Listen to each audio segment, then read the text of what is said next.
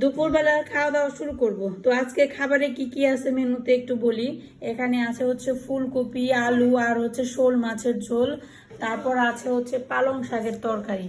এটা হচ্ছে পালং শাকের তরকারি। আর এইটা হচ্ছে হাঁসের মাংস। বোঝেনি তো, শীতকাল বলে কথা, একটু হাঁস না খেলে চলে। তো এখানে এই যে দেখেন একজনে বসে রয়েছে খাওয়ার জন্য। তো প্রথমে হচ্ছে শুরু করব পালং শাকের তরকারি দিয়ে। এদিকে দাও প্লেট বাবা। তো মা বাবা আবার চলে যাবে গ্রামের বাড়িতে, বেড়াইতে আসছিল, একটা কাজে আসছিল আসলেই। তো এখন চলে যাবে খাওয়া দাওয়া করে। তো এখানে খাওয়া দাওয়া আমরা সবাই মিলে খাওয়া দাওয়া শুরু করতেছি আর কি। এই যে প্রথমে শুরু করতেছি শাকের তরকারি দিয়ে, তারপর হচ্ছে মাছের ঝোল খাবো, তারপর হচ্ছে খাবো একটু মাংসের তরকারি। তো এই যে আমাদের আজকে জাকজমট দুপুরের খাবার বলতে পারেন আর কি। তো খাওয়া দাওয়া শুরু করে দিই। বসে পড়ো সবাই, বসে পড়ো। তো বাবার ওইদিকে খাওয়া দাওয়া প্রায় হয়ে গেল।